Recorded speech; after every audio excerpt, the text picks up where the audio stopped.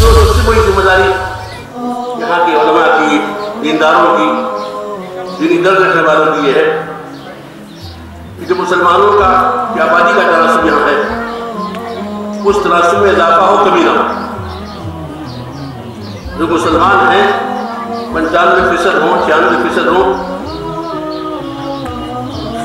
وہ پختہ مسلمان بنے، واقعی مسلمان بنے، کم سے کم ایمان کی ایسی غذا ہم اپنے بچوں کو دیں، ان کے اندر ایمان اتنا راسخ ہو، مضبوط ان کے دل و دماغ میں ہو اس کا کہ وہ تصور نہ کر سکتے ہو، سوچ نہ سکتے ہو کہ ہم ایمان کے دور سے گزارا۔ اسلام نے جو شریعت کی ہے، اسلام نے جو طریقہ زندگی ادا کیا ہے، قرآن پاک کے ذریعے سے، رسول اللہ صلی اللہ علیہ وسلم کے صحابی کے ذریعے سے زندگی کا جو طریقہ ہم کو حاصل ہوا ہے، سب سے بہتر طریقہ وہی ہے۔ اسی طریقے کو اختیار کرنے میں نہ صرف آخرت کی بلکہ دنیا کی بھی کامیابی۔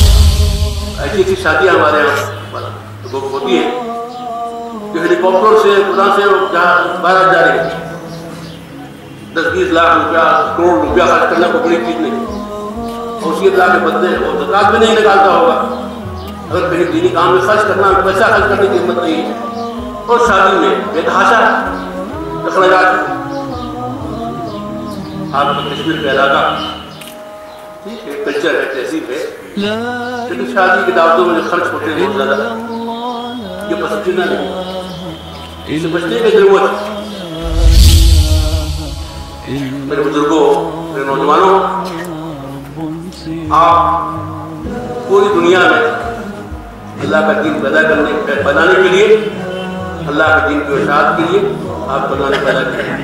آپ داعی ہیں، صاحب ایمان ہیں، آپ کی ذمہ داری اتنی نہیں ہے کہ اپنے آپ کو آپ بچا لیں۔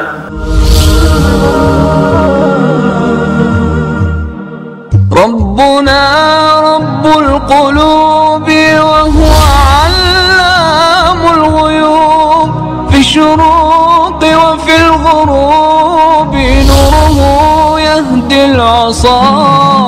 ربنا رب القلوب وهو علام الغيوب.